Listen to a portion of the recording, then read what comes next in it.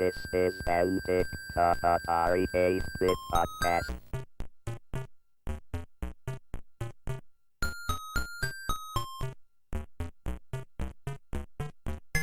I'm Kevin Savitz, and this is an interview episode of Antic, the Atari 8-bit podcast. Lee Pappas was co-founder of A.N.A.L.O.G Computing Magazine, which was the first magazine about Atari computers, and, along with Antic, one of the big two Atari magazines in the United States. To hear a great interview with the other co-founder of A.N.A.L.O.G Computing, Mike DesChenes, listen to episode 4 of the Player Missile podcast. There's a link to that and other interesting analog history in our show notes at ataripodcast.com. A show note, late in the interview, we talk about LFP, the company that purchased A.N.A.L.O.G. LFP stands for Larry Flynt Publishing, which is the company that's probably best known for publishing Hustler and other pornographic magazines. This interview was conducted January 29th, 2015 over Skype. Enjoy this interview with Lee Pappas. Yeah, I've got, I stole some of the original art. We had these, for one of the trade shows, then we later on had them in the hallway of our office. We had these enormous blow-ups, 3 of our favorite covers. These things were like 7 feet high by like 5 feet wide. And I had these things, even when I moved out to LA, I brought them with me. When I moved back to Massachusetts, I had them. And then we finished our basement off like 3 years ago, and I just had to get rid of them. So I had my son take pictures of me next to all of them, just so I could remember what they looked like and how big they are, and then I had to chuck them. Yeah, you just threw them away? Okay. You know, and to be honest, there's no way I could even have shipped them anywhere. Somebody would have had to come and, because these things, like, they were huge. I wouldn't even want to sit there and pack them all up. Yeah, I bet. But I still have a lot of stuff. I actually took this off the wall of our playroom. The kids finished off the basement with video. We have video games down there and all that. Uh-huh. But I have a lot of the original artwork. Ooh, neat. Yeah, I've got probably a half a dozen of these, all framed, perfect shape. That's awesome. So what I'm looking at is it's the original artwork for Crash Dive, the type-in adventure text adventure game. Wow, I had no idea that the original art was so big. I mean, this thing looks like it's maybe a foot and a half long, square. Yeah, that's about right. It's about about 15 inches high, like 12, 14 inches wide, maybe or so. Wow. And most of the artwork was like that. Now, this was done actually for a piece of software that we never came out with. So, we had a line of software. We had a game called Sunday Driver. We had Race in Space. Mm-hmm. If you go onto my website, I actually have photos from the artwork and boxes on there. Mm-hmm. And this was for a game. We actually had the artwork commissioned to do this game. But at the time, we didn't even have any concept of what the game was going to be. We just thought, we liked the name because John Bell is a huge submarine guy. Like, Voice of Bottom of the Sea is his favorite TV show ever. He went on after A.N.A.L.O.G and worked for Jim Cameron and worked like on the movie The Abyss. Uh-huh. So if you actually buy the special edition of the DVD, I don't know if it's on the Blu-ray or not, but the DVD, there's a whole little section on John and his work he did on the model making for The Abyss. Huh. So John's always been a submarine guy. So he was kind of anxious to do this game, but we had no idea what it was going to be or whatever. So finally, we just bagged the game and wrote up a piece of software. I think Brian did it in A.N.A.L.O.G, and we used the artwork that was going to be for the game we were going to release. You got the artwork done first. You were going to do a game. That game didn't work out, so then you came out with... never even had a concept for the game. Even like we never had like a round table suggestion what the game was ever going to be. But we were commissioning software for the other games that were actually completed or in the works. Uh-huh. So we had this one, and Titan was the other one, which we ended up using on a cover of A.N.A.L.O.G. So those were never even. There was just never a game. It never existed. It wasn't even vaporware because we didn't even have the vaporware of an idea of what it was going to be. It was just nothing. Right. So when we were commissioning all this other artwork, we figured let's get these commissioned at the same time, and we just never came out with the game. Nice. But then Crash Dive ended up being the text adventure, right? It was a... Yeah. Yeah, okay. Yeah. I remember that game was brutal because like the first move you had to hold your breath, and then if you didn't, the second move you were dead. That was it. Right. It's about as far as I made it. But Brian's like, he's still pretty evil like that. Nice. I'm glad you saved stuff because so many people I talk to, they're just like, oh yeah, I threw it all out. I saw a lot on eBay, whatever, And then the Titan artwork I was talking about. When I saw Mike DesChenes a while back, he told me he had found the artwork for Titan. I didn't even know if he had. Did I say Titanfall or did I say Titan? Titanfall, I think the Xbox game. With the artwork for Titan, he said he found it. He had it, and I actually forgotten about it. I didn't know what happened to it. He said that he ended up selling it on eBay because it was done by Don Dixon, who's a famous space artist. And I can't remember what he sold it for. It was like $500 or something. It's probably worth at least $1,500, maybe thousands actually. But I was like mortified to find out he had sold it because I don't sell any of this stuff. I keep all of it. Yeah, that's awesome. First of all, my first question for you is you started this conversation with us. You said you heard the interview with Diane Ga, and it's usually the other way. I approach people and go, "Hi, we have this podcast." And so, do you follow the current Atari scene? Do you listen to the podcasts? Do you? No. I mean, I look around here and there, but I don't have the time to do it actually. Mm-hmm. Diane posted a link to the podcast on Facebook. And it just happened to be that, was it last week or the week before, was Clayton Waldham's birthday. One of our editors came along later on. Uh-huh. And I posted, happy birthday to him. And I was just kind of looking at his Facebook page. And that's where I saw the posting from Diane on his Facebook page. And that's how it was just, like 3 degrees of separation kind of thing. Funny. So did you listen to that interview? I did. You did? I did. Was she complete, whole, and accurate in what she said about life at A.N.A.L.O.G? Oh, wow. Diane remembered so many things that not only had I forgotten about when she told them to me, I didn't remember they even happened. Just details. Like, the computer show in Worcester, I had forgotten so many of the details that she brought up. It was just kind of like another event in my life that mixed in with everything else. Yeah. And I unfortunately forgotten a lot about it, so I'm really glad she brought a lot of that up. I couldn't believe all the details that she remembered. Even some of the comments she made about the work environment in A.N.A.L.O.G, I just had forgotten about some of that. And it was really pretty cool to hear some of her take on it. And except for a couple minor details, I don't think there was anything she said that was blatantly wrong or whatever. Everything was like that. I think the only thing that she said which was inaccurate was the whole deal, how she was hired. And actually, if you go onto my website, I reposted, actually did this morning, a history of A.N.A.L.O.G that I had written a few years ago, and for some reason when I redid my website, I never posted it back up there. But the story about how Diane got hired was that we were using these typesetters in Worcester, and these guys were like these old hippies. And I don't remember a lot about them. And like I said on my website, the only story about these guys I really remember is one of them telling me he was up in Maine once, and he was on some logging road or something, and was backing up in his pickup or his car or whatever at some insane speed, and he hit a moose.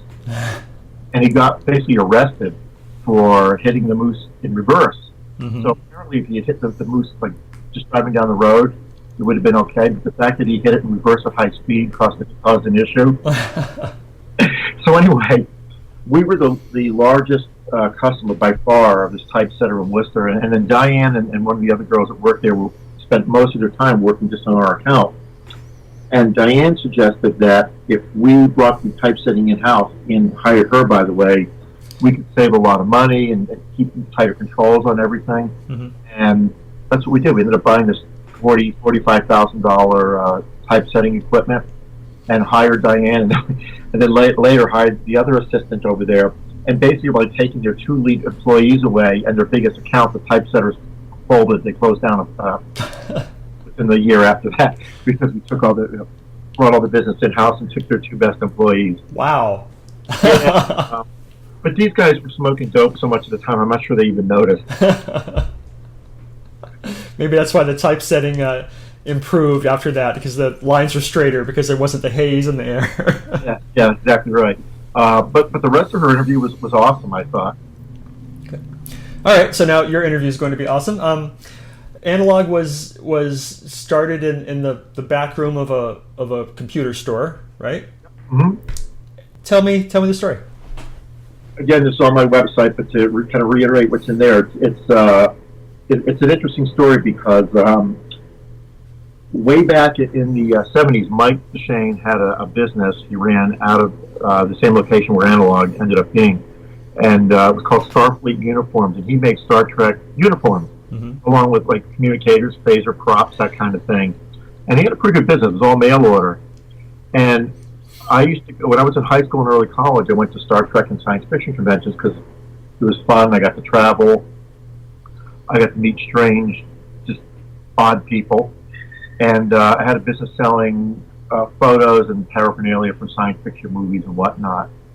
So I was at a Star Trek convention in New York. Mike DesChenes was at the convention. And I didn't know him at all. I just happened to be outside the hotel. It might have been like the Statler Hilton, I think. And this was probably around 70, maybe 78 or so, possibly 79. So I happened to be outside, and I see this girl sitting next to a car, and it happened to be the same model Datsun that my brother had, and it had Massachusetts plates, and I started talking to her. And she said, "Oh, it's not my car, it's my boyfriend's car." And all of a sudden, Mike comes out, and we just start talking. And it turns out he lives in the next town over from me. And I lived in a small town of a couple thousand people.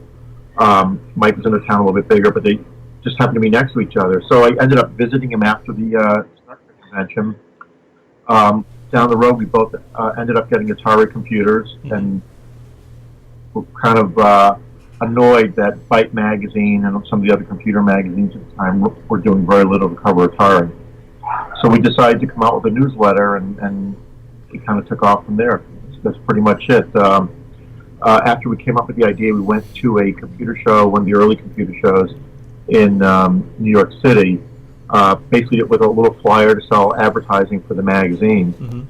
And we came away from that show having sold so many ads, we couldn't do a newsletter. It had to really be a magazine. There were just too many. Otherwise, it would have been 20 pages of ads and 5 pages of editorial, so we really had to ramp it up. And up to that point, my experience in publishing magazine was I had used photocopy machines a few times. So when was the first time you saw an Atari computer? I was a very big Atari 2600 fan. I've been in video games since the Magnavox Odyssey came out, which was the first real video game system for the home. Then later on had Pong and all that. But I was a very big fan of the 2600 and you know, at the time the graphics and so on. And I used to subscribe to Consumer Electronics Magazine, which was a trade magazine, and it went mostly to retailers. But Atari frequently had these full-page ads in the, it was a tabloid-sized newspaper magazine. And Atari run these full-blown ads, and if you look online, you can find some of these ads where they'll have like a bunch of 2600 boxes stacked a couple feet high and whatnot. And then all of a sudden, there were rumors coming out that Atari was going to be coming out with a computer. And then I remember the first full-blown ad, because you know at the time there was no internet. Sure. The consumer magazines just didn't cover this stuff. It was just a very different era, the way the news was reported. So all of a sudden, this ad appears of I think it was the 800. I still have it somewhere. It's actually in a frame. And that was the first time I saw it, and I just basically just spazzed out when I saw this thing. And there was a local electronics store which sold mostly to electricians. But for whatever reason, they became an Atari computer dealer, the only one around. And as soon as they found out when I found out they were getting them in, I was down there with my, $1,080 or whatever to buy the thing. Yeah. And then Mike bought he bought a 400. I don't think he bought an 800 to start. Do you still have your 800? I do. I still have it at work. It's kind of a funky shade of like yellowish plastic now. Even though the thing has not been in the sun, the plastic just is aged and it's nowhere near the original color. Yeah. I should paint it or something. Yeah. There's a technique called retrobriting you might be familiar with. Yeah, I've seen that. Yeah. So the funny thing is that I started out with my first computer was a MIT Altair, which was a pretty expensive computer back then, and It came with, I think, 16K, and for every 16K board, I added. The boards were a kit, and it cost me $795 for each 16K board I built. I had to build the thing. Mm-hmm. It was like hundreds of solder joints. Wow. And I remember when I got my the 800, and it had 64K. I'm like, oh my god, I'm never going to use all this memory. Nice. Yeah. To the readers, like you said, it was pre-internet, and the beginning of Analog was really pre-BBS, before most of us had modems and that sort of thing. Magazines like A.N.A.L.O.G and Antic were really the hub of knowledge and community for many of us. So, probably most Atari users, did you get a sense that what you're doing was important? Because it was important that was really important to the Atari community. I would say yes. Certainly not early on. Early on, we were just kind of doing our thing. We really liked what we were doing. We really tried to do the best job we could. Mm-hmm. It wasn't, because like you said, it wasn't internet, so you didn't get instant feedback.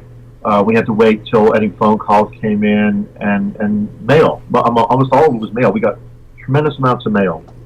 And that's when we really saw that what we were doing mattered to people. Mm-hmm. When we started getting the letters in from people was when we realized that what we were doing certainly mattered to people. And the biggest thing is that the people who read the magazine were very passionate. I would say that was the biggest thing that struck us out of anything.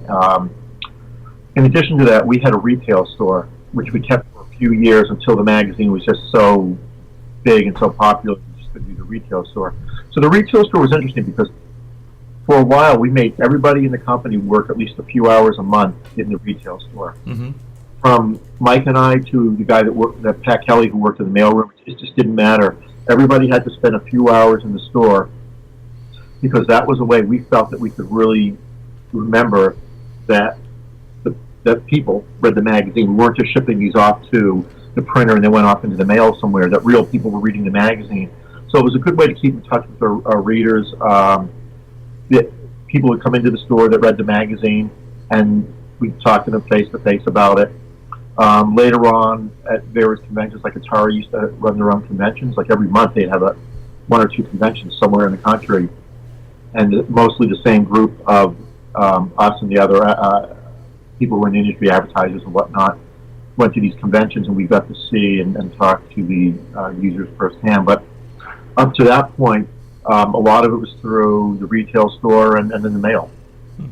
And it was also, by the way, down to the point where people were just scrutinizing the magazine. It was just unbelievable. It was like every letter mattered. Every letter in the magazine mattered. These people would read these things front to cover. And it was a huge amount of people that would get the magazine, stop what they were doing, and then sit down for a few hours, and whether it was type in a program or read the thing cover to cover, it was like insane. It was amazing. And that made us want to work even harder on the magazine and do even a better job. Right, because they were thirsty for information, because that was it. Right. Right. Yeah. Right. That's amazing. Did you feel a sense of competition with the other magazines, or were you just playing your own game? Well, yes and no. I mean, magazines like Compute was a real, I think, groundbreaker in the industry, because Bob Block, who published the magazine, he was down in the Carolinas. He published a very slick magazine. He was a trendsetter in the computer magazine business, I think. And we never looked at magazines like Compute as a adversary. We liked what they were doing, and even the other magazines that occasionally covered Atari, like Creative Computing. Mm-hmm. I'm still friends with Dave All, who was the publisher of Creative Computing, which I just think was, for the time, another groundbreaking magazine. I loved reading Creative Computing. Yeah. Byte magazine didn't cover much. The only Atari magazine that really competed with us was, at the time, was when Antic came along. And from the start, we hated Antic. We hated them. We didn't like the people. We didn't like their ad. We didn't like Antic. And mostly because they were a competitor, and they were sort of, going head to head with us and so on. Later on, it really changed to the point where I would see Tim Chaparral at computer conventions along with the other staff, and we actually got to be friends. I mean, I'd go drinking with these guys. We'd go on road trips with them. We got to be actually pretty good friends, I would say. Wow. All right, so I need to know more about this. So at the beginning, it sounded like you hated them on principle. We hated their guts. Right. And then, so how did that change to friendship? Just because you're hanging out at these trade shows and you're setting up booths and you're just there? Their attitude was, I think, in a lot of ways the same towards us. That we were fighting for the same ad. We both thought we were fighting for the same readership, and we weren't, because most people would end up getting both magazines. They weren't getting one or the other. I would see these guys, every once or twice a month at different cities around the country, and it was we just go out drinking, and that was pretty much it. Nice. We just figured, like, there's nothing to be mad about, really. We just would go out and have a fun time, and we both just did our own thing. Good. So that really transitioned halfway through, I would say. Yeah. Okay, just helping me prep for a future interview I have. I'm going to be interviewing the publisher of Soft Talk. In my mind, Soft Talk was maybe third or fourth tier player. Were they on your radar as a competitor? No, we looked at the other magazines, but we didn't necessarily look at them as competition all the time. We were kind of happy that there were other players in there, because sure, it got to the point where we weren't fighting amongst the Atari people. We were fighting against the Mac users and the PCs and whatnot. So it was really the Atari people fighting for their lives in the same lifeboat. Right. But no, I mean, like, the smaller publications, we read them all, but we just would do our own things to keep trying to improve the magazine. We won't worry about anybody else. Good. Yeah. We didn't really have to be. So in the big picture, was A.N.A.L.O.G profitable? Oh, very profitable. Mike and I started the company with $2,000, which we ended up buying Atari 2600 games with. And then we sold those. In a few months before A.N.A.L.O.G came out, we sold those in our store. And the $2,000 we invested became $6,000 profit, and that's what we used to print the first issue of A.N.A.L.O.G. A.N.A.L.O.G was never in the black. It was never in the red. It was in the black from the first issue. I always had these ideas for growing the magazine. Mike was the opposite, where he wanted to do things very methodical and slow, so we'd agree in the middle. And we grew the magazine at a pace where we never had outside funding in the magazine. It was all grown with internal funding. Nice. So that was a nice thing. All right, let's jump to a minute for the end. At what point was it clear that you would need to sell to LFP, and why did that decision happen? And secondarily, was there trepidation in selling to the purveyors of porn, or were you just like, it's just another publisher? Right. Okay, well, first of all, when John Bell and Tom Hudson were working for us, Tom spent an incredible amount of time working on the Atari, the A.N.A.L.O.G TCS. And I felt that after that was done, that Tom should have gotten some kind of huge bonus for it. Mike wanted to just, keep the money tight, basically. Yeah, I think I missed something. Work on the A.N.A.L.O.G. The TCS, the A.N.A.L.O.G telecommunication system that was our internal BBS. Okay. So it was soon after that John and Tom left, and then we brought Clayton and some of the other new writers in, and things were going along fine. But Mike had gotten married and had twins, and he was at a point where he didn't want to really rock the boat as far as he was just being very careful what he wanted to expand into. And I was very gung-ho. This was after A.N.A.L.O.G started, after ST-Log had been out, after we did our software and a couple of the books. I wanted to launch a video game magazine. And this was kind of based on my own interests and also the conversations we'd had with Arnie Katz, Phil Kunkel, and Chris Worley, who were the biggest video game writing team in the industry. The electronic games people. Yeah. So I had conversations with them because they were doing some articles for us, and we got to talking about the magazine, the video game magazine, and they would be the editors and whatnot. But Mike just did not want to do it, and that became sort of like we're at a crossroads somewhat. And this went on for a little while, and then I just kind of saw that we weren't going to be able to grow the business the way I wanted it to. So then our advertising office that we had in Los Angeles, Jay and Jeff Eisenberg, who were great guys, they put us in touch with LFD because LFD was actively buying a lot of third-party magazines, magazines all over the country, like Running Times. They did an automotive magazine, women's fashion. It was just a lot of mainstream magazines, and they were really looking to grow the business. And so this was their chance to get into electronics, computers, electronics. So they approached us, and then Mike and I went out to LA, met with them, and they gave us a proposal, they, how much money they were going to pitch, the whole deal. Then Mike and I went back, talked about it. There's no way Mike was going to move out to LA, so it was up to me, and they wouldn't have bought the magazine if I didn't come out. So that's really what had happened. As far as concerns about selling the LFD, yeah, there were definitely concerns. A lot of it was unknown. So what I did was the LFD had me talk to the other publishers that had sold out to them and were working for them, which I did. And everybody liked what they were doing. They liked the opportunity. Everybody seemed to be pretty happy about it. So we bit the bullet and we did it. Mm-hmm. And it was, the whole thing was pretty amazing. So I just remember packing up all the stuff at A.N.A.L.O.G and shipping it out. I remember being at the office, and one day I'm driving down this road outside of Worcester, Mass, to our building, which is sort of in a mill town. And the next day I'm driving down Wilshire Boulevard in Beverly Hills. And I had been out to California. Half my family's from Santa Barbara, so I know the area pretty well. But it was still kind of culture shock. Yeah. So the day that I moved in, all these boxes showed up, just boxes and boxes of all our stuff, my chair from my captain's chair from A.N.A.L.O.G that I kept, back issues, just tons of stuff.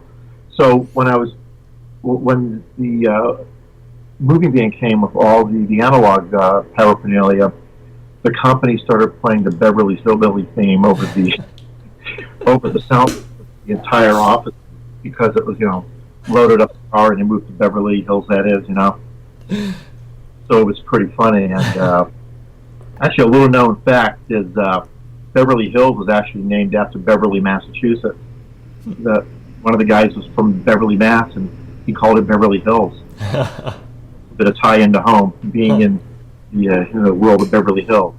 And then shortly after I was out there with A.N.A.L.O.G, only a few months. I'd gone out there in February, I think. In May, I actually pitched a video game idea to the president of the company. Mm-hmm. He and I were walking to lunch one day and actually pitched it to him on the way to lunch. And at lunch, he basically said, "Okay, here's $1 million to go start the magazine." Wow. And right after the first issue of the video game magazine came out, we actually moved across the street to an entirely different building. And then they took a lot of the non-Flint standard Flint publications, and they moved them with us. So we were very independent from the rest of the company. People come to our office, and they're like, "Where's the other stuff?" And it's like, "Well, it's not here. It's in a different location." It was our if anything, our offices looked like a law firm. It would be what people necessarily expected. And what was the video game magazine called? Video Games, Computer Entertainment, and VG and CE for short. We went on to be the #1 video game magazine during the late 80s and early 90s. So were you still doing A.N.A.L.O.G and ST-Log at that point? Yeah. Still doing A.N.A.L.O.G and ST-Log. In a sense, VG and CE is part of the reason A.N.A.L.O.G eventually closed down, because with all the changes going on Atari, a lot of advertisers disappearing, readership going down, I made the conscious decision. It wasn't the company that actually killed the magazine. It was mostly my decision that most of our efforts should be put into the video game magazine versus continuing A.N.A.L.O.G. Because the industry was changing a lot, and our magazine had become a relatively mainstream magazine, and it just wasn't. to continue on the way we were just wouldn't have worked out. How did you feel about that? Well, it was twofold. I was very excited about the game magazine. The video game magazine was extremely well received. It was extremely profitable. It was a lot of fun to work on. By the same token, it was really sad to see Analog go because it was kind of my link to the past. Yeah. And everybody that had worked on it and so on. So it was definitely a sad thing. It was definitely a sad event, but I was looking towards the future. So the whole over the whole picture of Analog, something that was just like terribly frustrating. Tell me something bad about that we don't know yet about running Analog. I mean, there must have been days where you were just like pulling your hair out because I don't know, because an article didn't come in because. Oh yeah, there were fires every day. There were fires to put out, but we had such a great staff. Out of all the magazines, I published 9 national consumer electronic magazines. Analog was the best staff still. The people I worked with, I'm still friends with most of them. I talk to Tom Hudson, John Bell, and Kyle Peacock very regularly.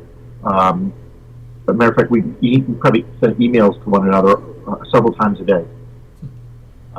Brian is relatively close. He's helping run the video game course at Worcester Polytech, which is one of the top video game design courses in the country. Matter of fact, I started a video game club at my son's high school, and Brian came to do a talk. And Brian Moriarty does not do this stuff. I think the last talk, or one of the fairly recent talks that Brian had done before he came to my high school was a talk at Ray Bradbury's eulogy. Huh. So Brian does not go to high schools and give talks. He doesn't have the time to do it, but as a personal favor to me, he did it. Wow.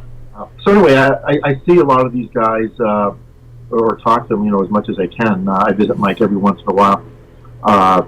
But it was just such a great team. Like Diane said in the interview with you, it really was a family atmosphere, 100%, absolutely 100%. But as far as like bad things, well, I know Diane mentioned this, where the printer we had used for a long time was bought by an attorney in Connecticut who didn't know anything about running printers, and apparently they were running into huge financial problems. We didn't find this out till later. And all of a sudden we find out that one of our, I think it was our July issue, I forget what year, we were wondering why we hadn't seen any copies of it. And then we find out from our customer service rep, it had been printed like 2 weeks prior, but they were holding it until we paid basically all the money we owed the printer. Because when you work with a printer, you work on 90 days or more for credit because of just a huge volume of costs, paper costs, and so on. And everybody does. It's just standard in the industry, no matter who you are or what printer to use. It's just a standard thing. So we found out they were holding our magazine ransom unless we paid up. And it wasn't just us; it was other magazines. It was either Boston College or Boston University for their fall college course program guide was also being held ransom. And they ended up not, I think it was BC, they ended up not getting their fall guide in time. They had to reprint it with another printer because of this whole fiasco. So it certainly wasn't just us, it was every customer these guys had. So we said, forget it, we're not going to pay you at all because of what you did. So we brought the entire team in, and I think it was Memorial Day weekend, and we worked 3 days straight, no sleep or anything. Everyone just lived at the office. Mm-hmm. And this is before desktop publishing, because this is the same thing Diane had reiterated to you, was that we couldn't just spit the files out again. Right, you had to relay out everything on pasteboard and everything. We had the articles saved on drives, so those could be spit out on the galley that we pasted up. But artwork, everything else had to be 100% regenerated. And I think that, as I remember, we ended up redoing the entire magazine dot for dot, picture for picture out of the original one that was sent to the printers, except for, I think there were 2 photos that were lost that we had sent to them we didn't have, and that we ended up doing something else, coming up with something else with those. But we basically put this magazine together in 3 days. It was insane. There was a time when John Bell would usually call up, or he was usually, I think, the lead person who call up a lot of the writers and tell them their article had been accepted. And I remember being in John's office when that happened with one particular writer, and it was an odd call. John seemed very somber during the conversation. It was just kind of an odd call. And afterwards, he gets off the phone. He tells us that the person, I think it was a teen, might have been a teen, had passed away from an illness between the time he'd sent us the article and we ran it. Wow. And John ended up talking to his mom.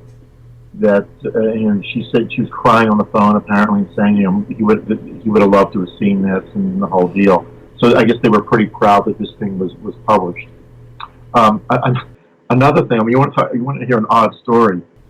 So Tom Hudson and I would go out to the West Coast Computer Fair or go out to Atari every once in a while in Northern Cal, and we ended up having a freelance writer out there who I think was still in high school. I'm pretty sure he was still in high school at the time, or just barely going into college. I can't remember. So he was our editor-at-large in Northern California. He would pick us up and take us to the, in his car, and take us to the trade show and whatnot. And down the road, his articles would become basically incoherent. Like it was dribble. So we had to fire him. So we put him on conference call. I remember being in the layout room of the magazine, and John, Tom, and I were in there, and we called him up and we told him, and he starts blubbering on the phone, just crying, begging us to hire him back, and so on. So I guess this guy got us back pretty good, because this person was Mark Benioff, who went on to found Salesforce.com. And he's worth billions right now. Mm-hmm. Yeah. Huh. So the founder and CEO of Salesforce.com was an Atari fan and wrote for our magazine. Wow. Yikes. Well, here's my next interview then. And another thing that happened was we got a call from the FBI. Uh-huh. They were trying to find somebody who had done fraud and theft, just some huge case. And so somehow during their investigation, they found out that the one magazine this guy subscribed to was A.N.A.L.O.G. And I think they found it in the trash or something. They found the cover, or they found the logo or something. And so they tracked us down. They called us for his address, so they could find out where this guy had changed his address to and where he was living at the time. Wow. So that was pretty interesting. I'm trying to think of any other odd stories. I'm sure there's a ton of them. Well, if you actually go to Tom Hudson's website, clanking.com, mm-hmm. John, Tom, and I rehashed a bunch of stories and put them on Tom's website. So there's quite a few on there.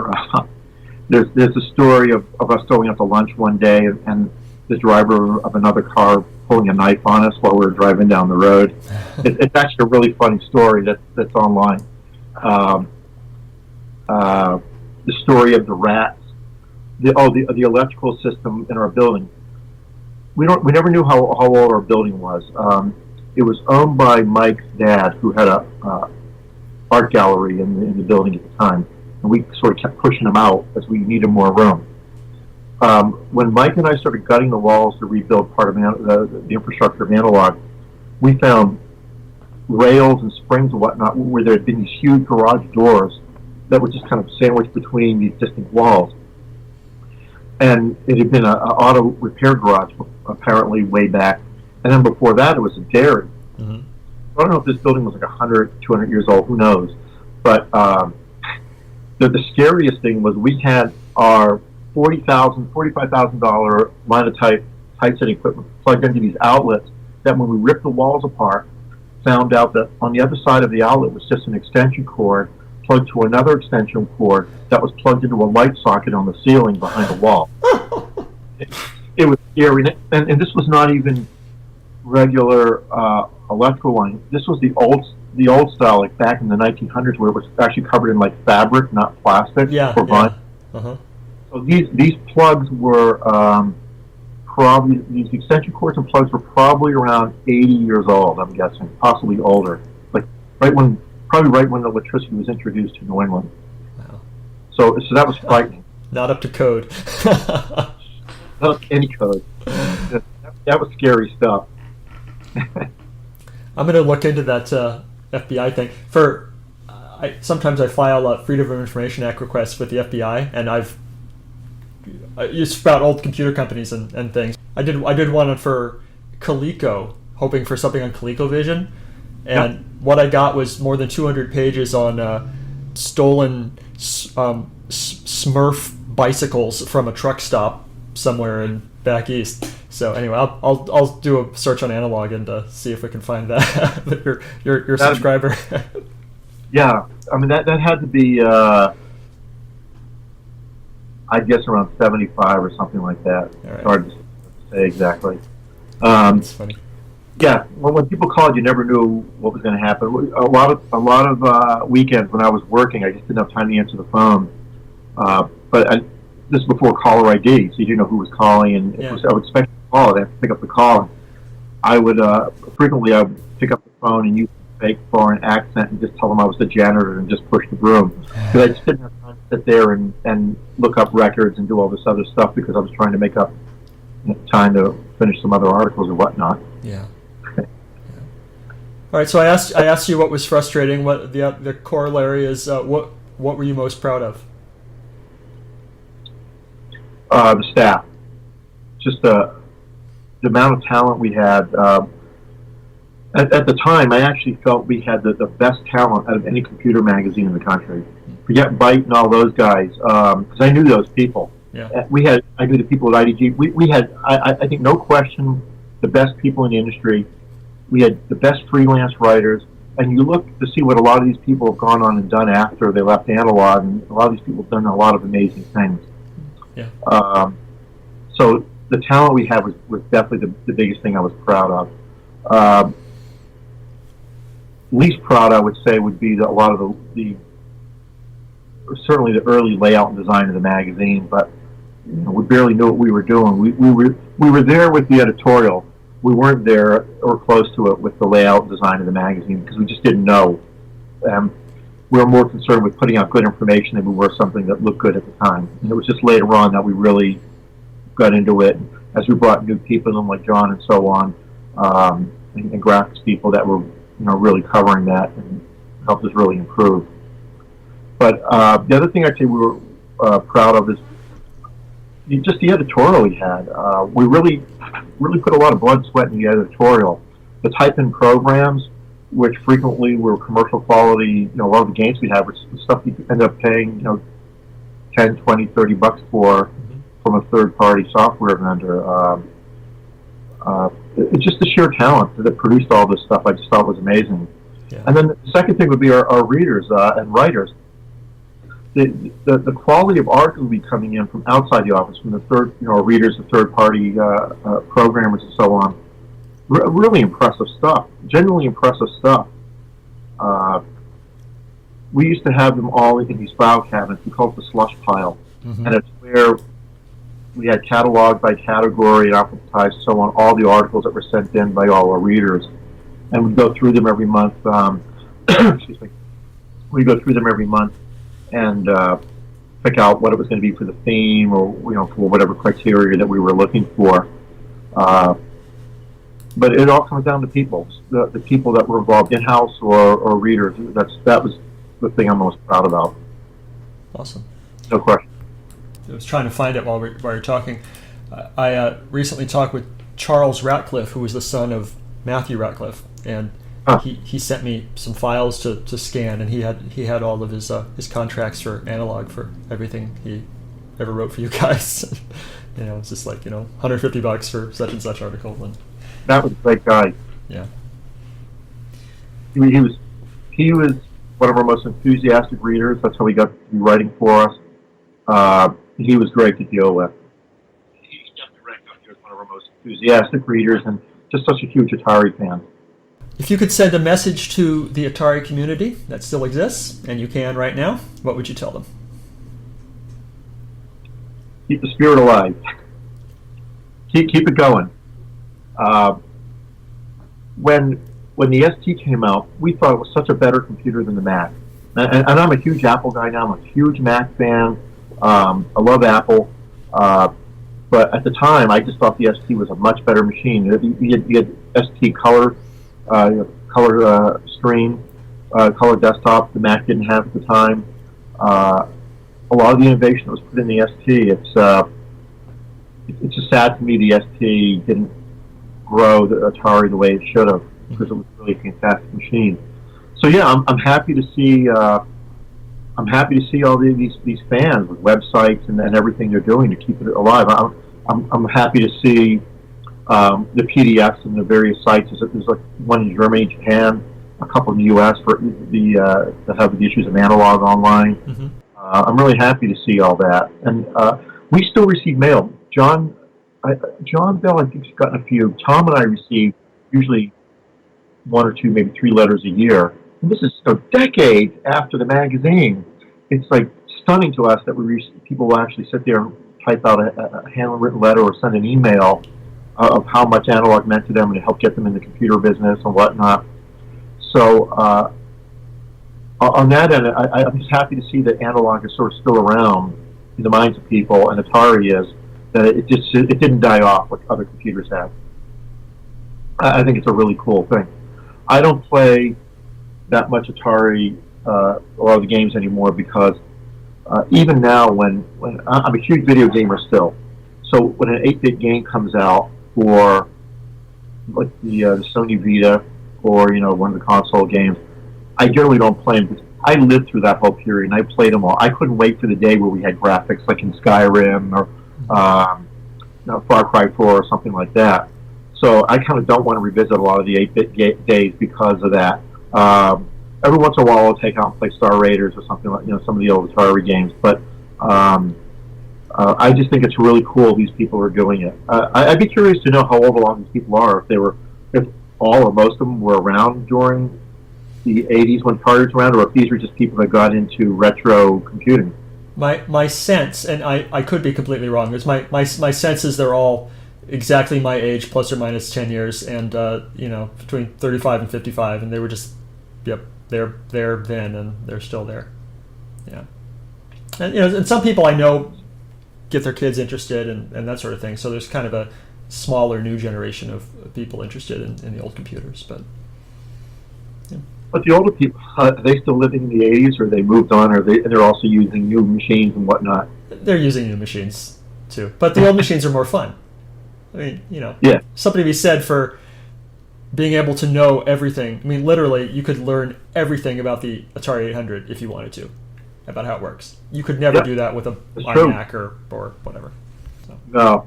No, it's like cars these days. It's like the difference between repairing your cars back then and repairing them now.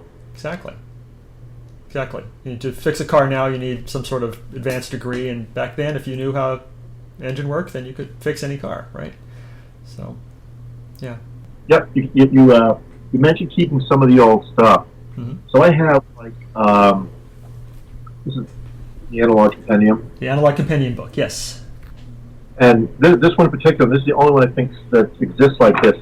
This one I had everyone in the office autograph it. Oh, nice. When the magazine came in, so no one else was like, oh, I don't really care about anyone's autograph. But I thought this was kind of neat to have. So it has Tom Hudson's autograph, Mike DesChenes, Brian Moriarty's, and so on. It's just kind of cool to have this from the old Analog days. And so I have a couple issues of those. I can keep all the stuff in pristine condition. I got a few issues of the Atari 8-bit Extra we came out with later on. Mm-hmm. I keep all my analogs in the binders that we have. The official Analog binder with the shiny spine Analog computer. It is. Nice. So yeah. The SD logs were maroon. So you got the magazines in here. These things are pretty well protected. So this is actually the premiere issue 1 of Analog, mm-hmm. with the original mail wrap, which was a catalog for the stuff that we were selling in the store. Nice. And if you go online and look at my website, a few years ago I actually found the original cover sketch for the first issue of the magazine. It was the artwork that I did up and gave to Mike's dad so he could render the cover. And then also on my website I have artwork for the first issue that we never used. It was the one that we gave thumbs down to. Oh, awesome. But I just couldn't believe that decades. I in my files, I actually still had the original artwork for the first issue of the magazine. Nice. So your website is gearrant.com, is that right? Is that you? Okay. Right. If you go type in leepappas.com or gearrant.com, it goes to the same place. Okay. All right. Well, normally, I mean, one of the questions I ask is what stuff do you have that the world hasn't seen yet that needs to be scanned and digitized, and but it sounds like you've got it. You've done most of it. You've done your own archiving. Yeah, a few things. Like actually, Diane mentioned the little note cards we have from A.N.A.L.O.G. I still have like a few of my business cards around. Some of those note cards she mentioned. I don't know. Well, actually, something you can hold in your hand like that. I don't know if there's anything else I really have that hasn't been seen.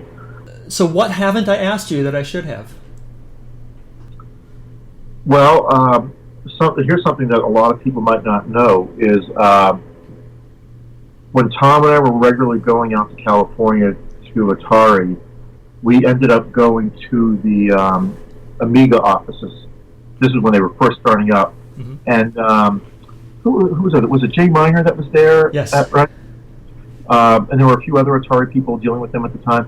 So Tom and I went to Amiga, which was really cool because we liked the Amiga. We liked what we had seen.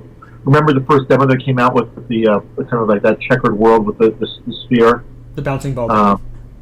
Right, and then we ended up doing an exact version of that for the ST. Yeah. We put it on the cover of the magazine. Mm-hmm. Tom and I went out there and talked to them, and actually, it might have been at their behalf, and they were interested in us being the official Amiga magazine, like taking what we did for A.N.A.L.O.G, but it would be instead of Atari newsletter and lots of games, it would be Amiga newsletter and lots of games or something, whatever. But it was interesting. The day we were there, they had not received the original set of masked chips for the Amiga. So when we saw the original Amiga computer, it was on 3 shelves, and it was a bunch of like S100 cards or something, just a bunch of boards, mm-hmm. all ribbon cabled together on 3 shelves hooked up to a power supply, and that was the Amiga computer. Wow. They were waiting for the original chips to come in. And then over the course of the next couple of weeks, we have a handwritten, I think I have it somewhere, we have a written contract with Amiga to do the magazine. It was a done deal. And then the Tramiel come along and they buy Commodore, Amiga gets absorbed into Commodore and all that, and that was the end of that deal. It was dead like that. Huh. Oh, that's too bad. Yeah, that would have been really cool. That was kind of a huge disappointment. Many Atari people consider the Amiga really the spiritual successor to the 800, just because it's built by the same team, the reliance on coprocessors and that sort of thing. Yep, I agree. That's a major reason we wanted to do it. If IBM had come to us and said, we want you to do A.N.A.L.O.G for the PC market, I would have said, you have to pay us a lot of money because I don't really like PCs, I hate DOS, and I really don't want to. I only like doing magazines and things that I like. All the other magazines I published in my career were all topics that I like to do. They were all things I was interested in. IBM would have to pay us a ton of money to do an IBM magazine. I just wouldn't have wanted to do it. It would have just been so not fun. But the Amiga one, we felt the same way. It was at the time definitely a spiritual evolution of the SD, of the Atari line. That was a huge reason we wanted to do it, because they had a lot in common. It's like the ST took the ground running, the Amiga took the ground running from where Atari could have gone. Yeah. And the other thing was dealing with Atari. The people there were great. And to be honest, when the Tramiels came in, they gave us huge support. They were like the nicest people. I think Diane might have mentioned this too, is when the ST came out, we reconstructed it from scratch, almost like a model mm-hmm. of what it looked like based on the photos we had. And then when we saw the Tramiels, they were like, "Where'd you get that? Where'd you get that ahead of time?" We built it just your calls. We would have just sent you one of the prototypes. And yours was out of foam core or something like that? The inside may have been, but the outside was all handmade cut pieces of styrene plastic. Wow. I was into model making, but not as much as Tom Hudson especially. And then we had a mutual friend in Western Mass who was huge into model making. He actually went on and did a lot of the props and things for Star Trek The Next Generation, the Star Trek movies, and all that. So we would get together with him regularly and talk about model building and whatnot, because we did some of that for the cover. There was the cover of A.N.A.L.O.G where we had the rocket ship with the gantry and so on that was shot. We did the photo shoot for that in my parents' basement.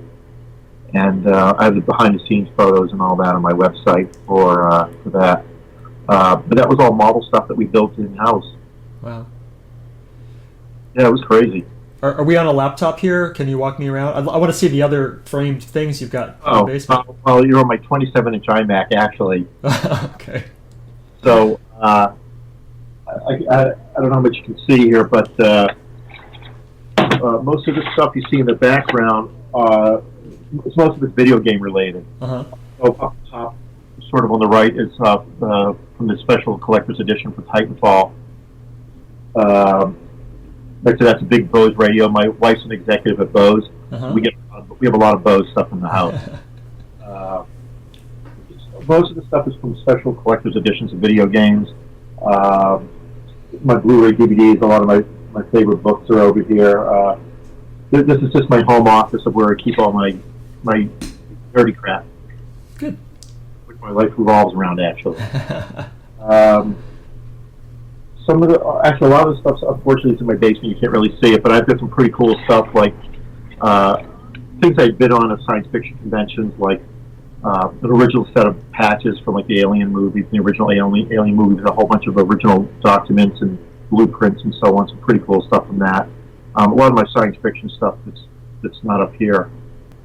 I've got a PS4, Xbox One, a Wii U over here, my Sony Vita, and my 3DS XL over here. So as I said, I'm still really in video gaming. Yeah. My son is 17 and has a huge group of friends that are into video games, and they're just in awe of all the things that I've done in the video game industry. Matter of fact, we were at the PAX. I don't know if you're familiar with the PAX shows. Yeah, the one in Seattle, or? Yeah, we were at the one in Boston. We go every year, and we were walking around, and somebody who, actually, it was Jerry Wolosenko. Used to own a company. He had Signosis. He had sold out to Signosis years ago, and what did he have? You mean the Synapse? Synapse. Yeah, his first name wasn't Ihor Wolosenko. Right, that was his brother. So okay, all right. Jerry and Ihor ran the company, and they were in Boston, so I was very good friends with them. So I ran into Jerry a couple of years ago, and I asked if this was kind of cool, because he's talking to my son about, he's like, you know all the things that your dad's done in the past for, games and publishing, and he's like, well, kinda. And kids don't read magazines these days, Right. So Jerry is like, your dad was a pioneer in the computer magazine industry, and he's telling him all this stuff, and my son kind of looks at me like, doesn't know what to say. So that was actually pretty cool. Nice. And I see some of these guys around. Frank Cohen, who used to own Region Software. Uh-huh. Remember they used to have a database, an SQL database package? No, it doesn't ring a bell. Okay. Well, Frank's in Northern California, and I ended up actually being best man at his wedding, and I keep in touch with him all the time. There's people. I met a lot of friends in the Atari community, and I'm Facebook friends with the Retrobriting guys. Mm-hmm. Nice. So one of them, when they sold out big time with that company, one of them retired and moved to New Zealand and owns a winery there. Owns a vineyard there. Wow. I'm Facebook friends with the from online Sierra Online. He spends half his year cruising around the world with his wife on a huge 65-foot motor yacht. Tough life. Yeah. So I keep in touch with a lot of the original, even a lot of the original third-party Atari vendors. Nice. Exchange conversations a little bit with Nolan Bushnell occasionally. Mm-hmm. He's awesome. A great guy. So yeah, I mean, I try to keep in touch with a lot of these people from from even the old Atari days. Even people who worked at Atari, and then there's a third-party people that I met through the magazine, software vendors and whatnot. Nice. Well, the one thing I would add is that I owe a lot to Atari, as do a lot of people, because it gave me my whole career in publishing. I got to meet a lot of great people, a lot of great times. I don't think that the people at Atari even have a clue. The people, even Nolan, which I'm not sure how much they realize the impact they had on people's lives. The livelihood they gave people to do the things they wanted to support the Atari industry, whether it was doing hardware or software. The amount of people impacted is actually pretty staggering. Yeah, absolutely. Never mind all the good times we had with the computers and the games. Yeah. So back in the day, what was your favorite game to play on the Atari? I mean, if you were just in the office, whatever, you had a minute to play a game, what would you play? Believe it or not, one of the big ones I would have to say is Berry Bucks. Mm-hmm. I spent, I don't know how much time on that game. A lot of it was just testing it to make sure it worked okay and whatnot. And, it was Tom wrote the game. When Tom wrote the game, there were a lot of bugs. And I don't know if you know that a few years ago, John Bell, Tom Hudson, and I came out with a version of Star Raiders for iOS. Yes, I have a card for that. I have the Star Rangers, right? Is that what it's called? Yeah. So what happened to that? Well, we never said it was Star Raiders. A lot of people, including a lot of the big writers for like PC Magazine, saw it and were posting on Twitter. People were like goo-gaw over it because they said everyone knew it was basically a modern-day version of Star Raiders, with a lot better sound and better graphics and everything else. And people said, it played the same. People loved it because it had the same feel as Star Raiders, and that's what we put into it. This was kind of done on the side with a whole group of us, and everybody else, we all have full-time jobs and so on. So it got to the point a couple of years ago where we just didn't have time to keep updating it, and we actually wrote an iPad version of it. It was like 90% done. It was actually working. We just had to put the finishing touches on it. But everybody got sidetracked with their jobs. John Bell did all the graphics for us, and John does computer graphics for the Discovery Channel and the History Channel, and he's very flat out doing that stuff. Tom's pretty busy with his own thing, and he's back working with. He's always been doing work with 3D Studio Max, which was his baby, and he's continuing to do that.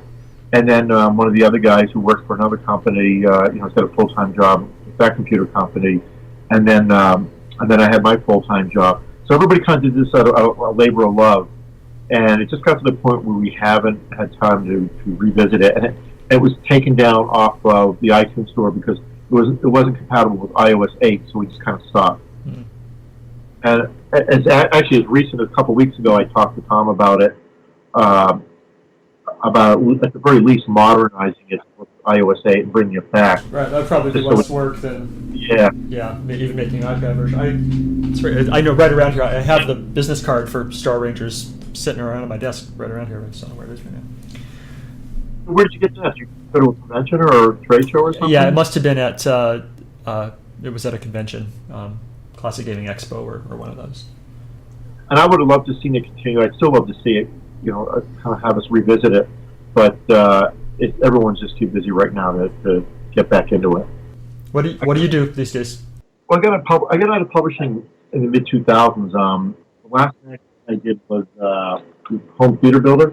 Mm-hmm. Just one design and build their own home theaters, and we actually had a deal to sell to IDG. Mm-hmm. They'd approached us, and then my partner was having in Holland. That kind of fell through. Then we had a deal to sell to a huge publishing company in Connecticut, and my partner got greedy, and the deal fell through. So I just walked away. I said, I'm done with this, and that was it for publishing for me, because the industry was just changing so much that I just got involved in the software. Now I work with a company called N-Flight that's been around since the 90s, and they do flight planning software for pilots. Mm-hmm. So I kind of took over doing the iPad version of it, and then was after a year and a half made CEO of the company. And it's interesting because they used to be in Northern California. They moved out here. And we're actually near a small airport. I can ride my bike to the airport in 5 minutes. Nice. And I got my pilot's license while I was working at A.N.A.L.O.G. Neat. So it's kind of fun to get back into flying, and it's been a lot of fun. Go to air shows and pretty fun. Neat. So you are IFR rated or? No, I never went that far. It's, yeah. Everything's got to be perfect for me to go up. Yeah. I slowed down flying a lot when I went to LFP, when I was out in California. It was too congested out there with flying with Los Angeles International Airport nearby and all that. So I kind of gave it up out there. And then since I moved back here, I've gotten back into it again. Yeah, it's easier if there's not a big Class B looming in front of you at all times. Yeah. Do you fly? I got a license 16 years ago and got my VFR and just like okay, I did that. That was a thing I did and it was fun. Yeah. But I wasn't gonna. I don't know. I was done at that point. So. Yeah, I still like flying, but I got sidetracked back then, and it's nice. Two of the guys in the company own planes, and they're like, if I tilt my computer and you look out and see the trees, the airport's right on the side of these trees, so it's a small airfield. It's great. Neat. And you get up and you fly like where we are, 30 miles west of Boston, and the airliners coming in from Portland, Chicago, wherever that are landing in Boston are still too high up for me to deal with. Yeah. And it's nice flying around, the countryside in New England without dealing with all the air traffic that I had out in LA. Right. I really appreciate your time. This was great, and super interesting. And thank you very much. Thanks. Okay. All right. Good talking to you. Take care. Bye.